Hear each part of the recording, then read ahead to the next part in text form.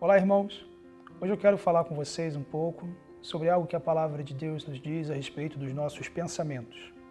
Um tempo como o que vivemos atualmente, em que, mesmo trabalhando de casa, em home office, com frequência nos vemos com uma disponibilidade de tempo maior, disponibilidade essa que nem sempre é utilizada da melhor forma, seja em atividades práticas ou mesmo daquilo que acontece dentro da esfera do que pensamos, do que planejamos.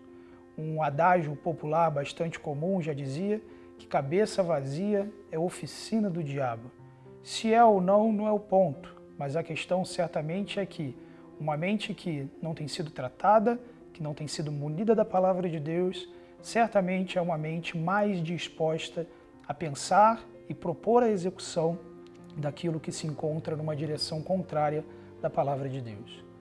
O texto de Filipenses, capítulo 4, versículo número 8, nos apresenta a realidade dos pensamentos daquele que foi regenerado, alcançado pela graça de Deus e vive na esfera do Espírito.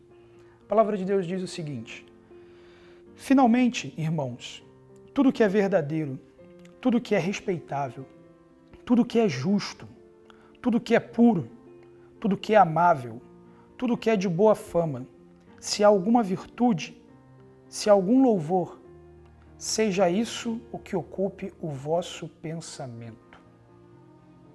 Veja quantas expressões diferentes: verdadeiro, respeitável, justo, puro, amável, boa fama, virtude, louvor, um conjunto de características que apresentam o pensamento que de fato expressa a realidade da vida de quem tem conhecido a Deus e a palavra de Deus.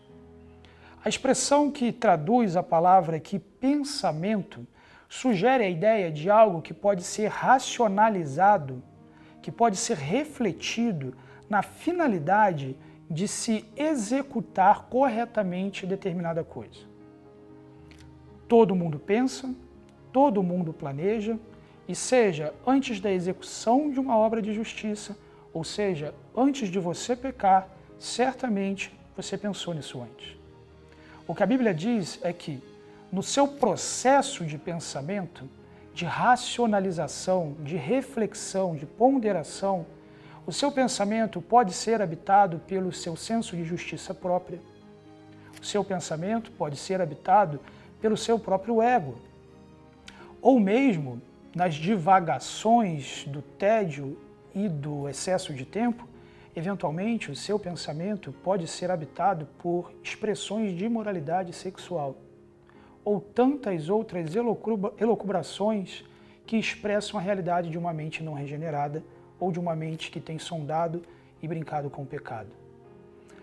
Se a gente planeja desse jeito, se a gente pondera desse jeito, pensando não naquilo que é justo e verdadeiro, mas sim no injusto, na mentira, naquilo que é impuro, naquilo que é odioso, naquilo que é de má fama, se é esse tipo de característica que abunda e que discerne o nosso processo de reflexão, fatalmente a execução que nasce dessa reflexão, desse pensamento, será uma ação pecaminosa, um ato prático que desonra o Senhor, que desonra a expressão do Evangelho em nós, que desonra o nosso testemunho enquanto igreja.